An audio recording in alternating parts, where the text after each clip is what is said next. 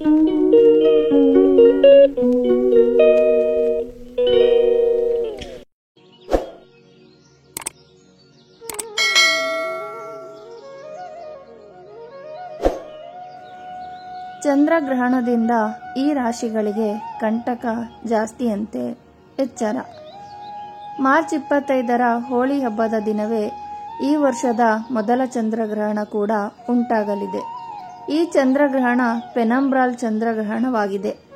ಚಂದ್ರನು ಭೂಮಿಯ ಹೊರಭಾಗದ ನೆರಳು ಪೆನಂಬ್ರಾ ಮೂಲಕ ಪ್ರಯಾಣಿಸಿದಾಗ ಪೆನಂಬ್ರಾಲ್ ಚಂದ್ರಗ್ರಹಣ ಸಂಭವಿಸುತ್ತದೆ. ಹೋಳಿ ಹಬ್ಬ ಹಾಗೂ 2024ರ ಮೊದಲ ಚಂದ್ರಗ್ರಹಣ ಈ ಬಾರಿ ಕಾಕತಾಳೀಯವಾಗಿ ಜೊತೆಯಾಗಿ ಆಗಮಿಸುತ್ತಿದ್ದು, ಹೋಳಿ ಹಬ್ಬದ ಸಂಭ್ರಮಗಳಿಗೆ ಇದು ಪರಿಣಾಮ ಬೀರಬಹುದೇ ಎಂಬ ಆತಂಕ ಇದ್ದೇ ಇದೆ.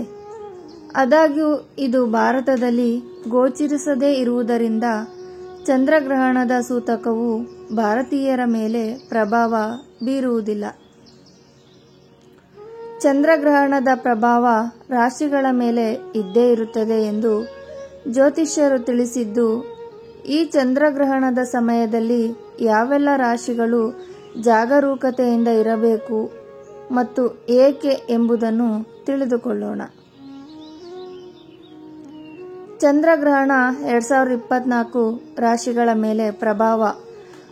ಮಾರ್ಚ್ 25ರ ಹೋಳಿ ಹಬ್ಬದ ದಿನವೇ ಈ ವರ್ಷದ ಮೊದಲ ಚಂದ್ರಗ್ರಹಣ ಕೂಡ ಉಂಟಾಗಲಿದೆ.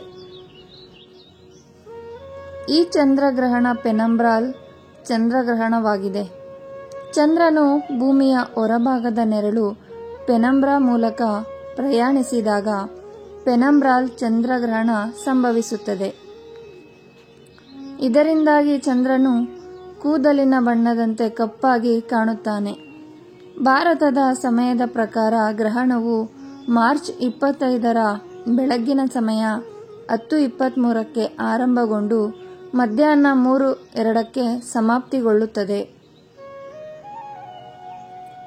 ಭಾರತದಲ್ಲಿ ಚಂದ್ರಗ್ರಹಣ ಗೋಚರಿಸದೇ ಇದ್ದರೂ ಇದರ ಸೂತಕವು ಇಲ್ಲಿ ಬಾಧಿತವಾಗುವುದಿಲ್ಲ. ಸೂತಕ ಇಲ್ಲದೇ ಇರುವುದರಿಂದ ಹೋಳಿ ಹಬ್ಬದ ಸಂಭ್ರಮಾಚರಣೆಯ ಮೇಲೆ ಇದು ಪರಿಣಾಮ ಬೀರುವುದಿಲ್ಲ.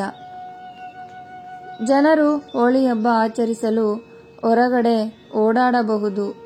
ಅಂತೆಯೇ ಹೋಳಿ ಪೂಜೆ ಇಲ್ಲವೇ ಹೋಳಿಯ ಇನ್ನಿತರ ಕಾರ್ಯಕ್ರಮದ ಮೇಲೆ ಚಂದ್ರಗ್ರಹಣದ ಪ್ರಭಾವ ಇರುವುದಿಲ್ಲ ಎಂದಾಗಿದೆ.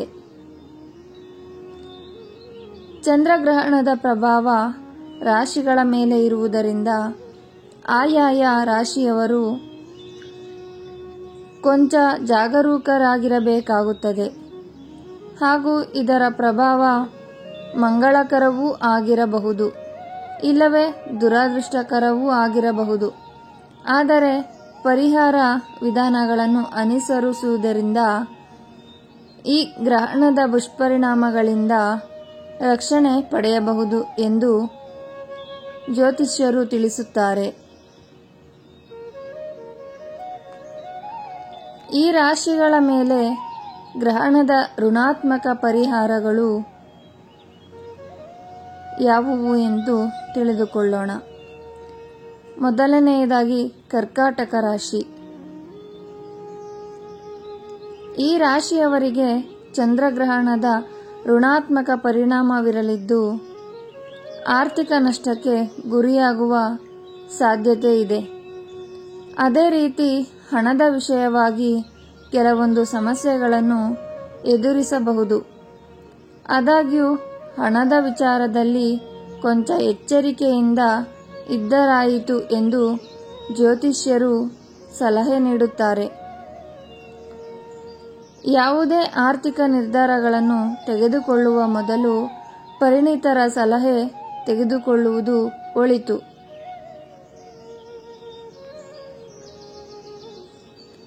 ಎರಡನೆಯದಾಗಿ ವೃಶ್ಚಿಕ ರಾಶಿ. ಈ ರಾಶಿಯವರು ಈ ಬಾರಿ ಚಂದ್ರಗ್ರಹಣದ ಪರಿಣಾಮ ಪಡೆದುಕೊಳ್ಳಲಿದ್ದು ಕಾನೂನು ತೊಡಕುಗಳಲ್ಲಿ ಸಿಲುಕಿಕೊಳ್ಳುವ ಅಪಾಯವಿದೆ. ಎಂದು ಜ್ಯೋತಿಷ್ಯರು ಎಚ್ಚರಿಸುತ್ತಾರೆ.